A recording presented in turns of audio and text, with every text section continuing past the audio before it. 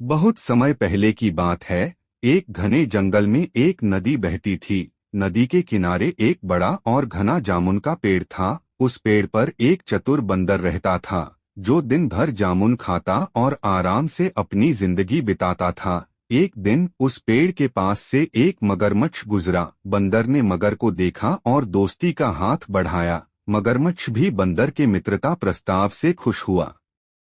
बंदर ने मगरमच्छ को जामुन खिलाए और उनकी बातचीत शुरू हुई। धीरे धीरे उनके बीच गहरी दोस्ती हो गई। बंदर हर रोज मगरमच्छ के लिए कुछ जामुन बचाकर रखता और मगर उसे लेने के लिए नदी किनारे आता।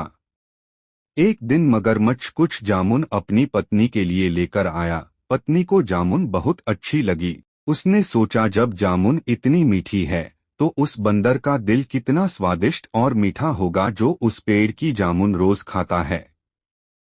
मगर की पत्नी को जब एहसास हुआ कि जामुन खाकर उसका दिल मीठा हो गया है, तो उसने लालच में आकर अपने पति से बंदर का दिल लाने को कहा। मगरमच्छ ने पहले तो मना किया, लेकिन पत्नी के दबाव में आकर वह मान गया। अगले दिन मगरमच्छ ने बंदर को दूसरी नदी के किनारे जामुन खाने का न्योता दिया। बंदर ने अनजाने में हाँ कर दी और मगर की पीठ पर बैठकर नदी में चल पड़ा। नदी के बीचों बीच मगरमच्छ ने अपनी पत्नी की योजना बंदर को बता दी।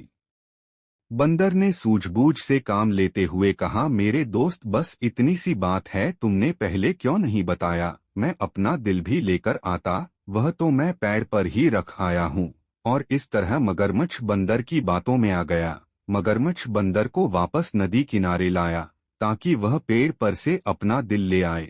जैसे ही बंदर नदी किनारे पहुंचा, वह झट से ऊपर पेड़ पर चढ़ गया और हंसते हुए कहा, मित्र, मैंने तुम पर भरोसा किया, लेकिन तुम मेरी मित्रता के काबिल नहीं। मगरमच्छ अपना सा मुंह लेकर वापस चला गया।